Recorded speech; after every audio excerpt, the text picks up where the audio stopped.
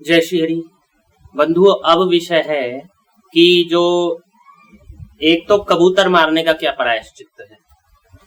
हमारे पास एक हमारे मित्र समझिए, हमारे सहपाठी समझिए, उनका संदेश आया कि आज वाहन से जाते समय मेरे से कबूतर मर गया, बाइक के नीचे आ गया।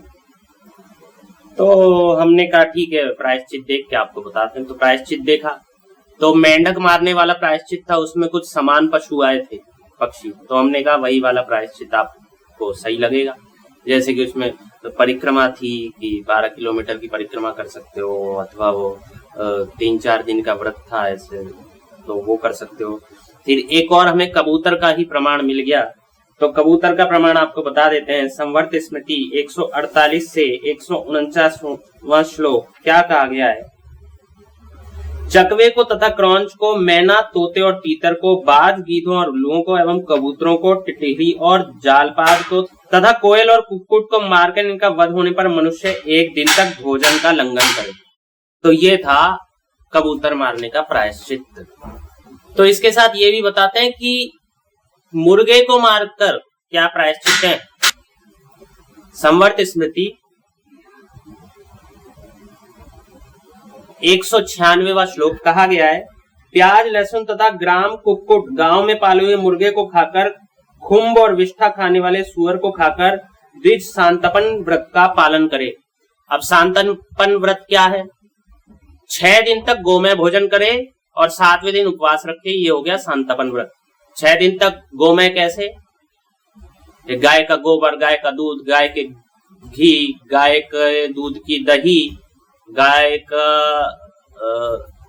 गोबर हो गया, मूत्र हो गया, तो और एक जगह कुश का जल। तो ऐसे 6 हैं। इसका एक चलचित्र बना रखा है, संभव हुआ स्मरण रहा तो इस चलचित्र के अंत में या कहीं डाल देंगे। और 20 नवंबर 2020 के आसपास, नवंबर 2020 में वो शांतपन वाला मैंने चलचित्र बना रखा है। यदि आप मैं ना भी डाल पाऊं तो समझ जाना। तो वहां आपको शांतपन व्रत मिल जाएगा। अब बताते हैं आपको कि मुर्गे के तो स्पर्श पर भी प्रायश्चित का विधान है। ये जो खा लिया इसकी तो बात ही कुछ और है। तो आपस्तंभ स्मृति 5म अध्याय 11-12 श्लोक क्या कहा गया है। यदि कोई शिष्ट ब्राह्मण बिना चाहे कुत्तों, मुर्गों और शराब के बर्तनों, जो पक्षियों के बैठने का स्थान है और जो अपवित्र वस्तु है, उसको छू लेता है तो दिन रात का उपवास करके पंचगव्य से शुद्ध होता है। एक दिन उपवास रखे और पंचगव्य से शुद्ध होता है।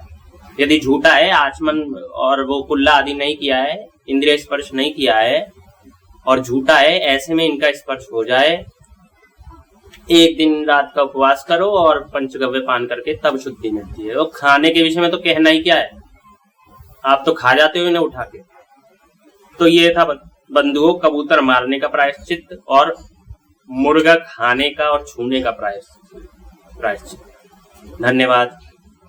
हम आशा है कि आप मुर्गा आदि नहीं खाएंगे। सबसे अधिक जो हिंदू है वो मुर्गा ही खाते हैं। देख लो मुर्गा खाने का प्रायश्चित। ठीक है, धन्यवाद। जय श्री राम।